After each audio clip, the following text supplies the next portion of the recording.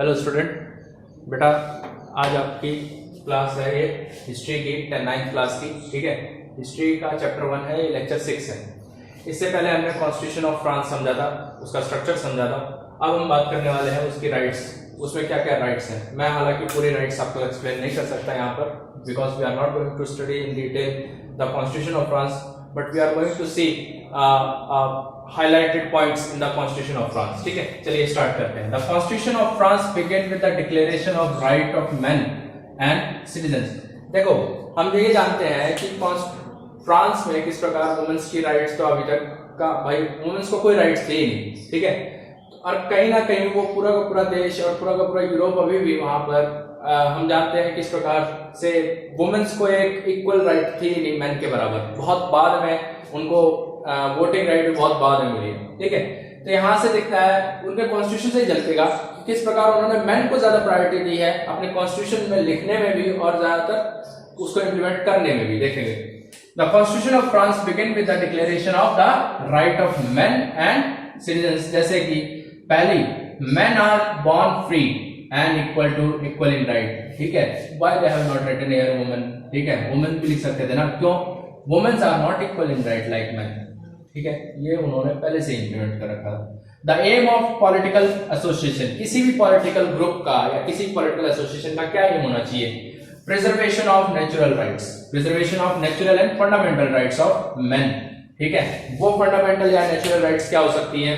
Right in, जैसे कि liberty, these are liberty, property, security and resistance to any operation. ठीक है, मतलब कि उसके पास आजादी हो, लिबर्टी मतलब आजादी, आजादी किसकी? प्रॉपर्टी होने की, आजादी उसकी सिक्योरिटी की।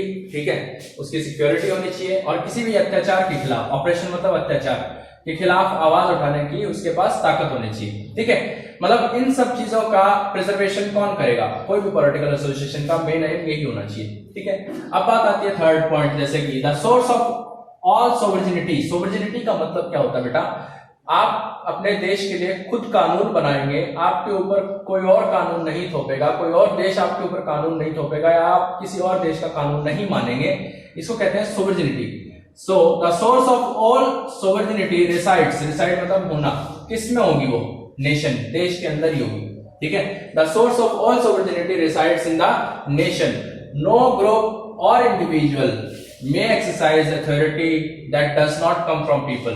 ठीक है, मतलब कि मैं कोई भी ग्रुप या कोई इंडिविजुअल ऐसी पावर एक्सरसाइज नहीं करेगा जो पीपल्स के द्वारा ना दी गई हो। मतलब कि देखो, आपको इलेक्शन के द्वारा चुना गया है तो आपको कुछ पावर्स मिली होंगी, तभी आप इन चीजों को एक्सरसाइज कर रहे होगे। ठीक है भाई, कोई पॉलिटिकल लीडर है, उसको चुना गया है तो अभी वो किसी पावर को एक्सरसाइज कर रहा है। अगर मान लो कोई बंदा है और वो पॉलिटिक्स में आना भी चाहता है, ठीक है, और वो पावर गेन करना चाहता है, लेकिन मान लो उसको इलेक्ट नहीं किया गया, लेकिन फिर भी वो अपनी पावर्स को एक्सरसाइज करे, तो that kind of things is illegal.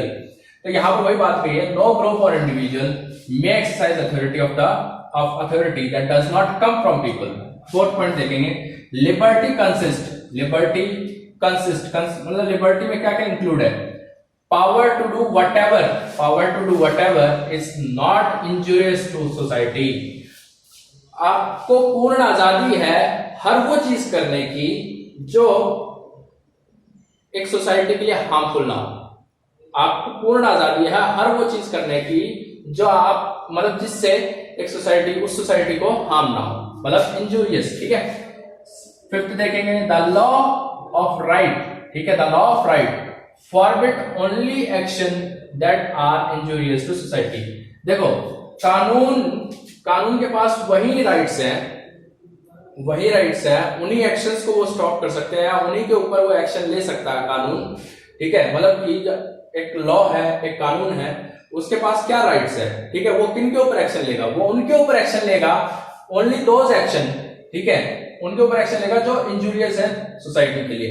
ठीक है, वो एक्शंस जो इंजूरियस है सोसाइटी के लिए, कानून उन्हीं के ऊपर लागू होगा। ठीक है, तो यहां पर आता है अगला point, no man may be accused, arrested, detained except in cases determined by the law।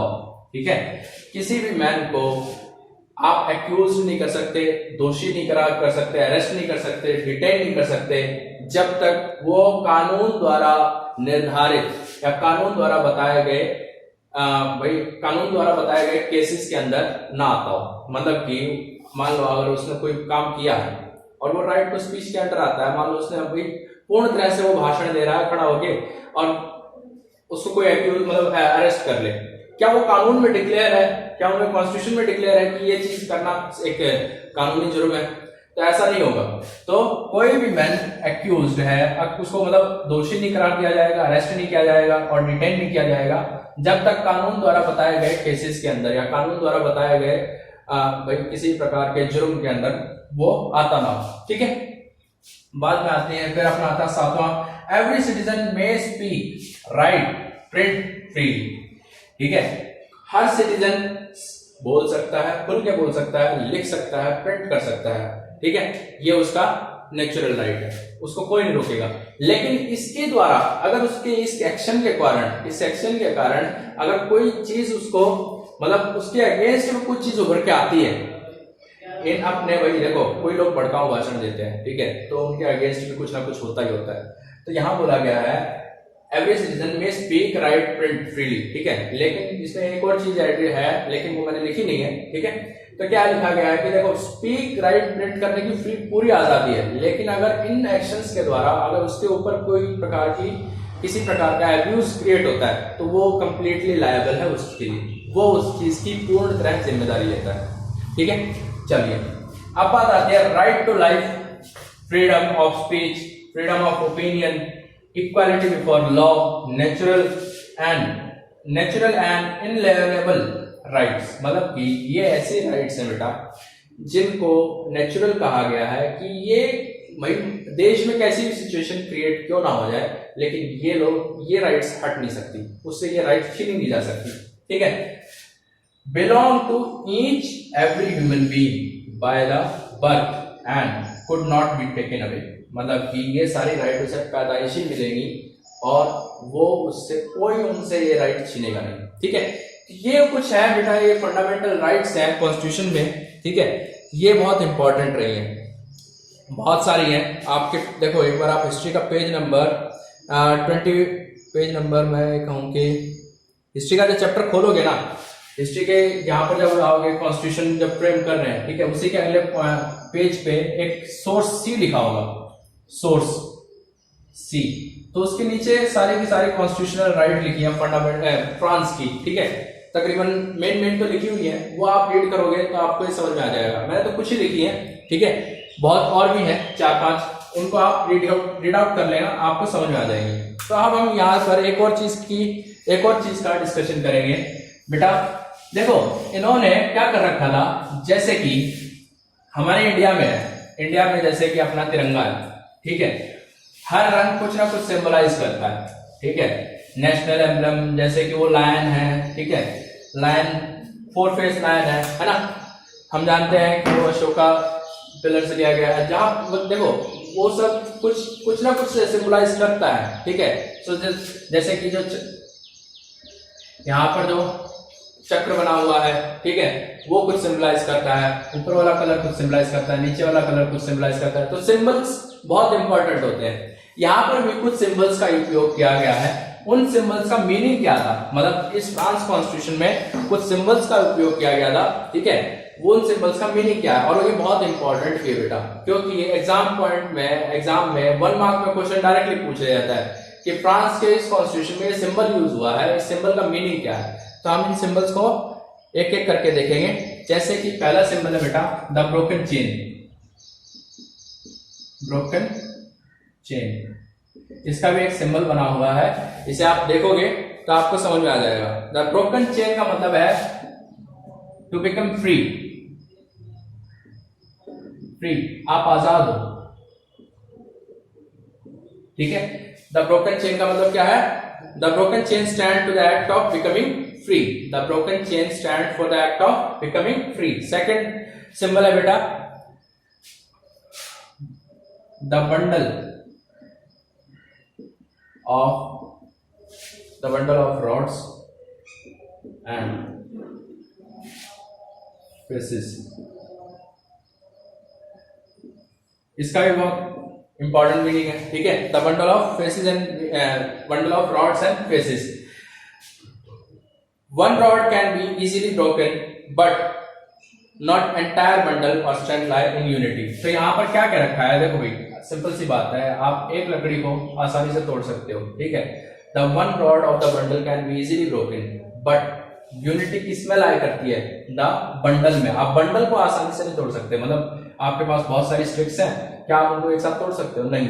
The unity किसमें, स्ट्रेंथ किसमें लाई करती है, स्ट्रेंथ लाई करती है यूनिटी में, ठीक है। इसका मतलब क्या है, the one rod of the bundle can be easily broken but the unity lie in the strength lie in the unity, ठीक है। ये भी एक इंपॉर्टेंट सिंबल है। और भी देखते हैं, एक आता है बेटा ट्रायंगल आई करके, ये तो बहुत आसान है बनाना, इसलिए मैं इसको बना रहा हूं, ठीक है। द ट्रायंगल आई, ठीक है, ये भी बहुत इंपॉर्टेंट है। The I with in a triangle, sorry, the I with in a triangle,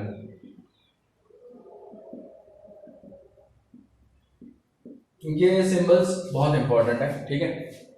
the I with in a triangle, और ऊपर से ये जो रेडिएट कर रहा होगा, थोड़ा सा रेडिएट मतलब लाइट फ्लो कर रहा होगा। The I with in a triangle radiating light,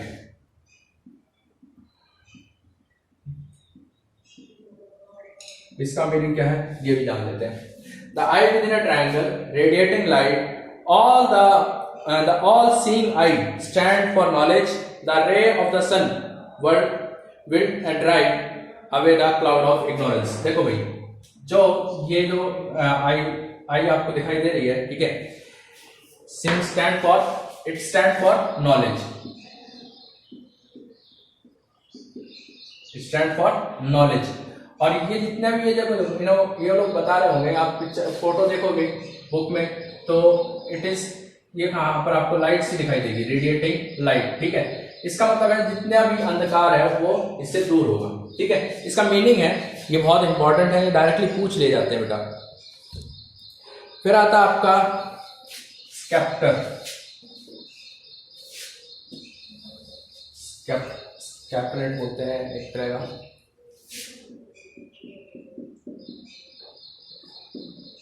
ये एक तरह की रॉड होती है बेटा, ठीक है।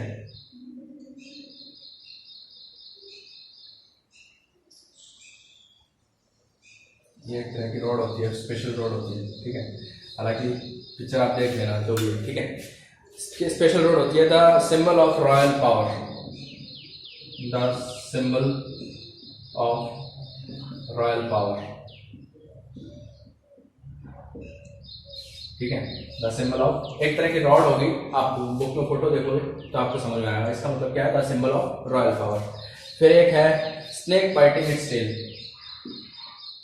स्नेक बाइटिंग इट्स टेल, ठीक है।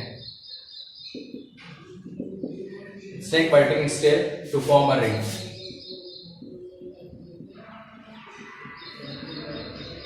ये भी बहुत इंपॉर्टेंट है, ठीक है। इसका मतलब क्या है, symbol of eternity, symbol of eternity,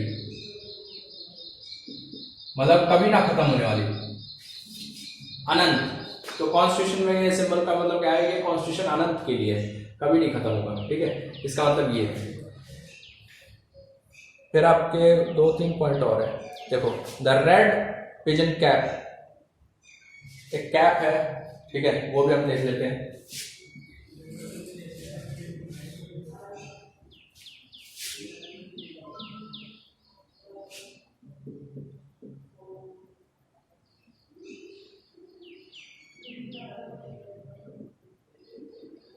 ठीक है, इसका मतलब क्या है, cap Warne bye a slave upon becoming free. एक रेड कैप है, ठीक है, cap Warne bye a slave, मतलब कि ये कैप वो लोग पहनेंगे जो पहले स्लेव थे, अब फ्री हैं, ठीक है। अपॉन बिकमिंग फ्री, तो रेड कैप का मतलब क्या है, cap Warne bye a slave upon becoming free, ठीक है। फिर आता है blue white red, blue white red एक कलर है बेटा, ठीक है। ब्लू व्हाइट रेड कलर है फ्लैग के, ठीक है। National colour of France, blue white and red, ये क्या है, colour of France, national colour of France. फिर आता है the winging women, winged women, ठीक है। विंग्ड वुमेन मतलब एक औरत जिसके पंख हैं, द विंग्ड वुमेन, ठीक है। इसका मतलब क्या है, personification of the law, personification of the law.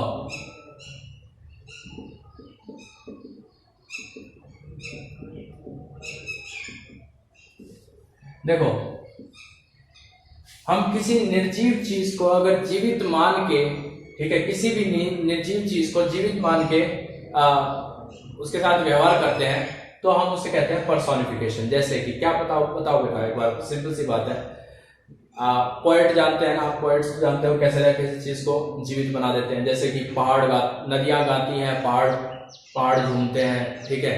तो भाई नदियां क्या गाती हैं क्या, मतलब एक निर्जीव चीज को उसने लिविंग बीइंग बना दिया, तो that is kind of personification. तो यहाँ पर वही द विंग्ड वुमेन का मतलब क्या है, पर्सोनिफिकेशन ऑफ द लॉ।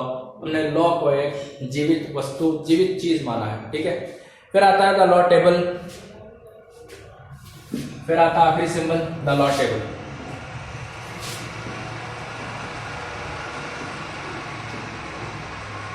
ठीक है, द लॉ टेबल। इसका मतलब क्या है, इस टेबल में सारे के सारे लॉ लिखे गए हैं जिसके बिहाफ पर सारे लोग इक्वल हैं, मतलब equal before law, equal before law. इसका मतलब क्या है, इक्वल बिफोर लॉ। तो यहां से आपको ये सारे के सारे सिंबल्स क्लियर हो गए होंगे, ठीक है। आप एक बार रीड आउट करोगे तो ये सिंबल्स बहुत इंपॉर्टेंट है, डायरेक्टली 1 मार्क्स में पूछे जाते हैं कि इन सिंबल्स का मीनिंग क्या है, ठीक है। एक नंबर में क्वेश्चन आते हैं, डेप्थ टाइप के क्वेश्चन है, लेकिन it is not hard to learn them, ठीक है। यहां तक अब हम आप क्लियर हो गए हैं क्या क्या था। अब बात आती है बेटा, France abolishes monarchy and become a republic. अगला जो आपका वीडियो लेक्चर होगा, अभी तक हमने देखा मोनार्क आता है, ठीक है, मोनार्क कॉन्स्टिट्यूशन है। अब कॉन्स्टिट्यूशन, अब फ्रांस का क्या है, फ्रांस मोनार्क कॉन्स्टिट्यूशन है ना, वो अब मोनार्क भी नहीं रहेगा, अब वो रिपब्लिक होने वाला है।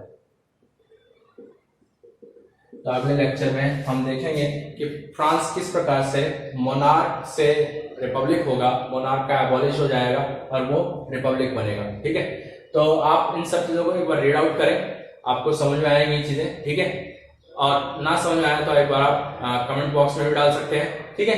तो यहाँ पर आप एक बार चीजों को रीड आउट करोगे, और ये बहुत इंपॉर्टेंट भी है बेटा, ठीक है, क्योंकि जो हमारा हिस्ट्री चैप्टर, हिस्ट्री के जितने भी चैप्टर है ना, हम जानते हैं कि 1 मार्क क्वेश्चन डेप्थ से ही आते हैं, एनसीईआरटी के 1 मार्क क्वेश्चन डेप्थ से ही आते हैं, सीबीएसई हो या हरियाणा बोर्ड हो।